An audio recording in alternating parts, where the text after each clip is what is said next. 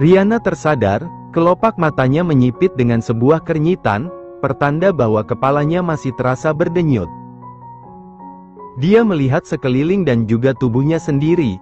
Beberapa luka sudah dibersihkan dan diobati membuat dia semakin bingung. Kenapa aku bisa ada di rumah sakit? Apa Austin yang membawaku kemari? Gumam Riana sambil terus memegangi belakang kepalanya. Dia hendak turun dari brangkar untuk keluar, tetapi seorang suster masuk dengan membawa beberapa obat yang harus diminum oleh wanita itu. Nyonya, Anda sudah sadar? Sang suster segera melangkah dan menaruh nampan di atas meja nakas. Lalu membantu Riana yang sempoyongan. Suster, kenapa saya ada di sini? Siapa yang membawa saya? Maaf, Nyonya, tadi pihak kepolisian yang membawa Anda kemari, dan itu semua atas perintah putri Anda. Mereka mengira bahwa Anda adalah korban yang dijadikan sandera, jelas suster itu. Sontak saja mata Riana langsung melebar. Pihak kepolisian? Putrinya? Apa mungkin? Lalu di mana putri saya? Belum ada yang datang kemari untuk menjenguk Anda, tapi kami mendapat kabar bahwa suami Anda juga ada di sini. Bukankah Nyonya adalah istri Tuan Andrew? Riana mengangguk ragu. Dia seperti enggan untuk menggakui sebab merasa jijik dengan dirinya sendiri. Saya ingin bertemu suami saya, Sus, ujar Riana. Dia pikir Andrew masih dalam keadaan koma. Dia ingin melihat pria itu sekali lagi sebelum ia menyerahkan diri ke penjara. Ya, dia sudah pasrah. Kalaupun Austin memang ditahan, bukankah dia juga harus ikut dengan pria itu? Tapi keadaan Anda juga belum pulih betul, Nyonya. Anda belum minum obat. Saya ingin bertemu suami saya tidak butuh obat. Anda tidak boleh bicara seperti itu. Putri Anda membawa Anda kemari pasti karena ingin Anda sembuh, bujuk sang suster, berharap Riana sedikit melunak. Nanti saya minum setelah ini. Akhirnya wanita berseragam itu hanya bisa pasrah dengan menghela nafas kecil. Baiklah. Riana dipapa untuk sampai di ruangan Andrew karena wanita itu masih terlihat cukup lemas. Dia menolak untuk memakai kursi roda, sebab merasa dirinya sehat-sehat saja. Wanita itu lantas membuka pintu ruangan Andrew, karena berpikir tidak siapa-siapa, tetapi detik selanjutnya dia dibuat tergagap, dengan jantung yang seolah berhenti berdetak. Di dalam sana, Andrew dan Clarissa sedang bicara berdua. Ternyata sang suami sudah sadar, membuat sekujur tubuh Riana benar-benar kaku untuk melangkah. Kedua orang itu menatap Riana secara bersamaan. Hingga Riana tiba-tiba ambruk dan tersungkur di lantai. Maafkan aku, Andrew. Ucapnya dengan tangis yang sudah pecah pun tangan yang mengatup di depan dada. Tak hanya sang suster yang terkejut, tetapi Andrew dan juga Clarissa sama-sama terbelalak. Namun, Andrew belum bisa melakukan apapun, sebab tubuhnya masih cukup sulit untuk digerakkan. Seketika ruangan itu diisi oleh tangis Riana yang begitu pilu. Dia terus mengucapkan kata maaf sebanyak-banyaknya. Meskipun ia tahu apa yang dilakukannya sulit untuk dimaafkan. Anna. Suara lirih Andrew berhasil membuat jantung Riana seperti ingin lepas. Kamu sedang apa? Kemari, kita bicara. Aku terlalu banyak melakukan kesalahan. Andrew, aku tidak pantas diperlakukan seperti ini. Sang suster akhirnya memilih pergi untuk memberikan privasi pada keluarga tersebut. Sementara Clarissa merasa ikut sedih melihat ibunya yang seperti itu, sebab mau bagaimanapun Riana adalah orang yang melahirkan dan membesarkannya. Andrew menyentuh bahu sang anak hingga Clarissa menoleh. Dia meminta pada gadis itu agar membujuk Riana untuk duduk di sisinya. Dia ingin semuanya jelas, hingga Clarissa pun tidak perlu bertanya-tanya. Clarissa mengangguk pelan, dia bangkit dan langsung berjongkok di sisi tubuh sang ibu. Ayo bangun, kita bicarakan ini semua, aku tidak ingin selalu menduga-duga, dan aku juga tidak ingin membenci orang yang salah, terlebih itu ibuku. Mendengar itu, rasanya sakit sekali hati Riana. Namun, sepertinya dia masih memiliki peluang untuk dimaafkan. Akhirnya Riana mau bangun meski terus menundukkan kepala, dia melangkah dan duduk di sisi Andrew, berseberangan dengan Clarissa. Ayo ceritakan semuanya, aku ingin dengar, ucap Andrew. Riana lebih dulu menangis dengan menutup wajahnya dengan kedua tangan. Sebelumnya maafkan aku, Andrew. Tapi kamu harus tahu, aku sama sekali tidak terlibat dalam kecelakaan itu, aku juga tidak terlibat dalam penculikan Ciara. Pada saat itu, yang aku tahu musibah sedang mengujiku. Tapi ternyata aku salah, karena di hari berikutnya Austin menghubungiku, dia mengancamku dengan menggunakan Clarissa, dia juga mengaku kalau semua itu adalah perbuatannya. Riana mengambil nafas dan sesenggukan. Aku tidak mungkin membiarkan anakku dalam bahaya, Andrew, aku memutuskan untuk mengikuti semua perintahnya, termasuk mengkhianatimu. Clarissa yang mendengar pengakuan ibunya, sudah ikut menangis. Dia beberapa kali memalingkan wajah untuk mengelap air matanya. Sementara dada Andrew terasa sesak, dia tidak bisa membayangkan bagaimana kekalutan Riana saat itu. Maaf, Andrew, maaf. Aku tidak memiliki kekuatan apapun, karena gerak-gerikku terus diawasi. Andai aku tidak memikirkan kamu, Clarissa dan juga Ciara, mungkin aku lebih memilih mati pada saat itu. Tapi aku terus berpikir ulang, kalau aku tiada, siapa yang akan merawatmu, siapa yang menjaga Clarissa, dan siapa yang akan melihat perkembangan Ciara? Aku tidak sepenuhnya mengikuti apa kata Austin, bahkan aku menyimpan semua berkas penting milikmu, sampai Clarissa sendiri yang membawanya. Dari situ aku sadar, anakku jauh lebih pintar.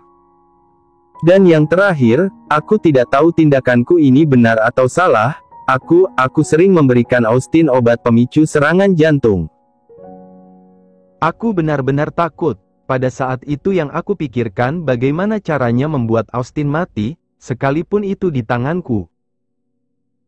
Aku bahkan rela di penjara, aku rela, Andrew, asal kalian semua memaafkanku. Riana tergugu, sementara Andrew terlihat bergeming dengan bola matanya yang berkaca-kaca. Dia menoleh ke arah Riana dan meraih satu tangan istrinya. Tetaplah di sini bersamaku, kamu telah bekerja terlalu keras, Anna. Aku memaafkanmu, begitupun juga dengan anak-anak. Mendengar itu, tangis Clarissa pun pecah, dia segera bangkit dan langsung memeluk ibunya. Maafin, Ara, Bunda. Siang itu, ruangan Andrew benar-benar banjir oleh air mata. Namun, tak apa karena kejelasan itu semua membawa hati kembali berlapang dada.